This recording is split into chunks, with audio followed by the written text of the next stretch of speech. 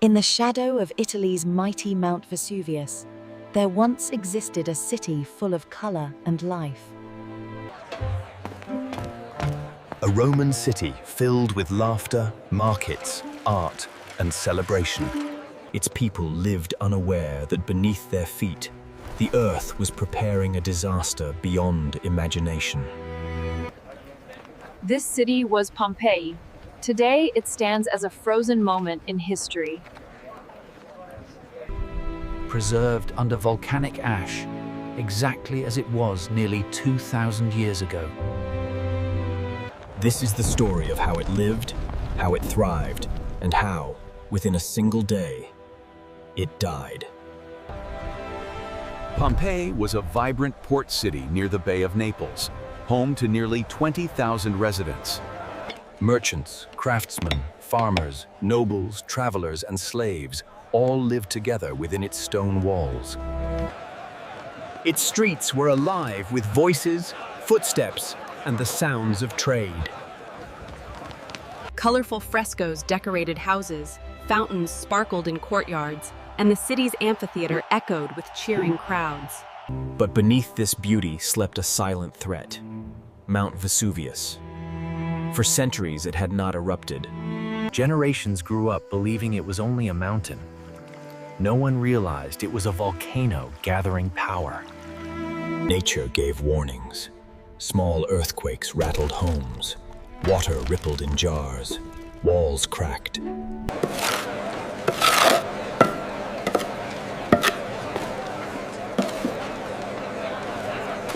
Never imagining that these signs were the early whispers of catastrophe.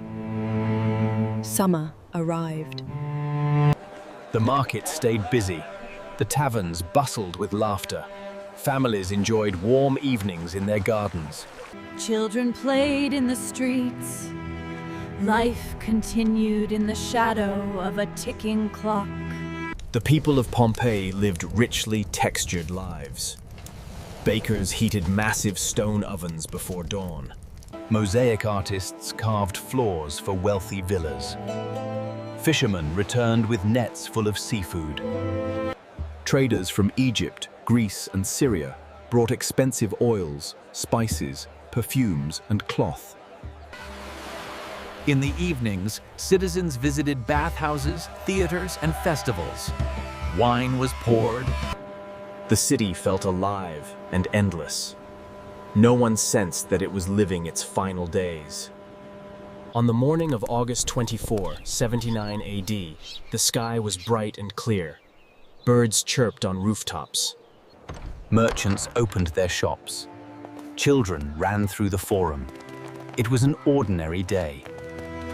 But deep within the earth, molten magma surged upward, forcing its way through the chambers of Vesuvius. Pressure built at a scale the people could not imagine. And at around midday, the world changed. A violent explosion ripped open the peak of Mount Vesuvius. A column of ash, fire, and molten rock blasted into the sky. Climbing miles high within minutes. The sound shook the ground like thunder. Dark clouds rose above the mountain, billowing outward like a sky-filling umbrella. The mountain has erupted! We are doomed! Please spare us, great Jupiter! Avert your wrath!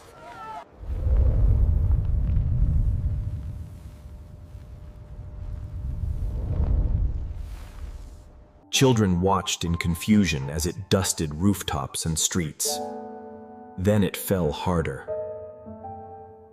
The sky darkened, the air thickened. Within hours, day became night. Torches were lit. People attempted to flee, but pumice stones rained down, blocking roads. Roofs collapsed under the weight.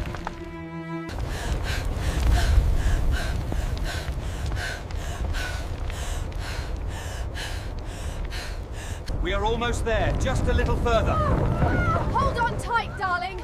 Keep running! Others stayed inside, believing their homes would protect them. Many had no idea which direction was safe. The darkness was absolute. Panic filled the city. Voices shouted through the smoke. Animals cried. The earth trembled. Pompeii was drowning in ash.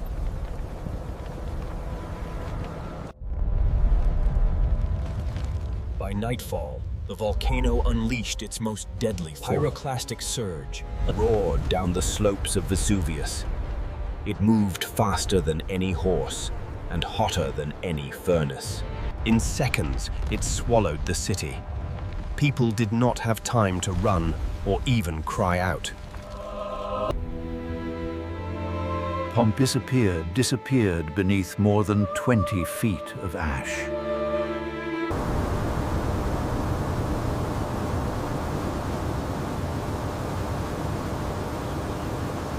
The coastline had changed shape, and Pompeii was gone, sealed beneath a hardened blanket of volcanic debris. For nearly 17 centuries, the city remained hidden, its memory fading from the world.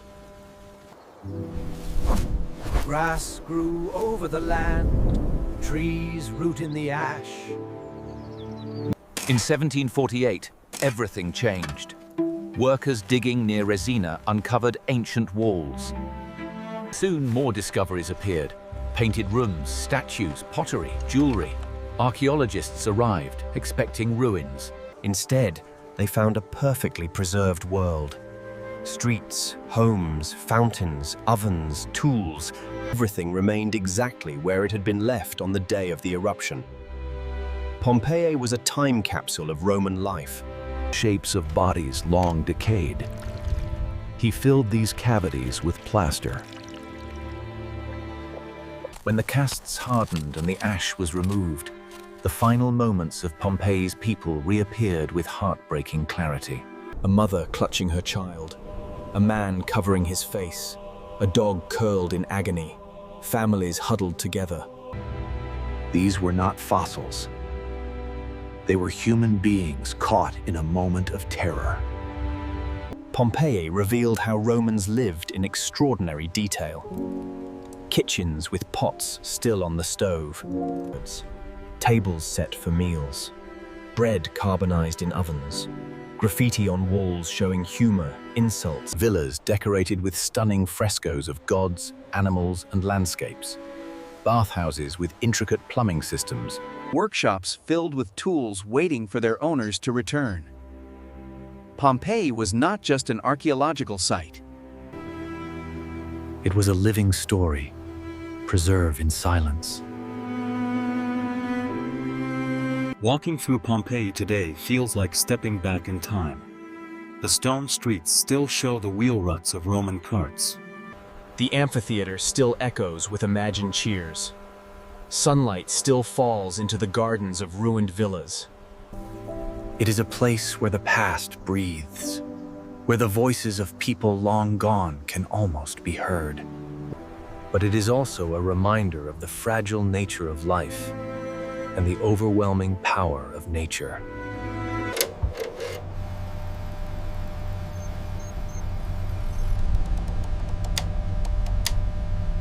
Knowing another eruption could one day occur. Pompeii stands as a warning across the ages. A city destroyed in 24 hours, yet preserved for eternity. Its tragedy teaches us about the limits of human control and the unpredictability of the natural world.